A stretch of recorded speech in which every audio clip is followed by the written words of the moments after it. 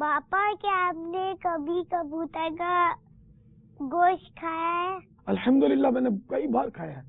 जंगली कबूतर जो होते हैं तो उसका मसला ये है कि जो इसको पकड़ ले वही उसका मालिक, तो वो तो पकड़ के खा सकते हैं, खरीद के भी खा सकते हैं।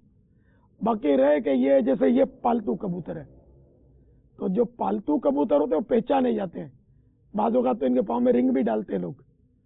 तो अब ये जो पालतू कबूतर जो लोगों ने पाले में अब उड़ रहे हैं, इसको कोई पकड़ के कब्जा नहीं कर सकता, क्योंकि ये तो फिर गुनाहगार होगा। किसी की चीज नाहक छुपा कर ले लेना ये चोरी कहलाती है।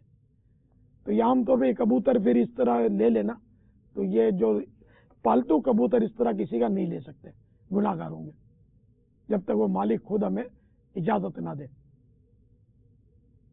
वरना पालतू कबूतर भी खा सकते हैं।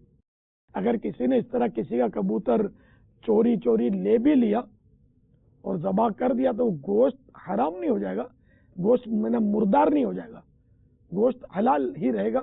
मगर अब ये गुनाहगार तो होगा, खाएगा तब भी गुनाहगारी होगा कि ये किसी का कबूतर था,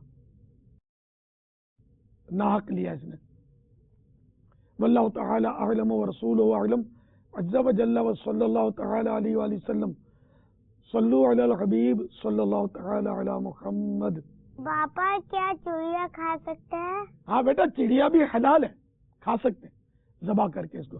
गोश्त तो थोड़ा सा होता है। तो मछली भी तो छोटी छोटी होती है, वो भी तो खा सकते हैं।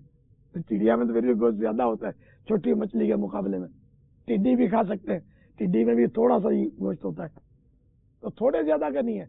जिसको अल्लाह और रसूल ने खाने की इजाजत दी वो खा सकते हैं।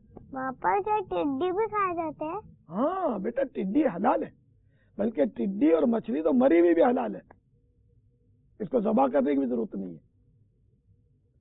माशाअल्लाह, मिज़ाब रहमत तो बड़े अच्छे अच्छे सवाल कर रही है, माशाअल्लाह।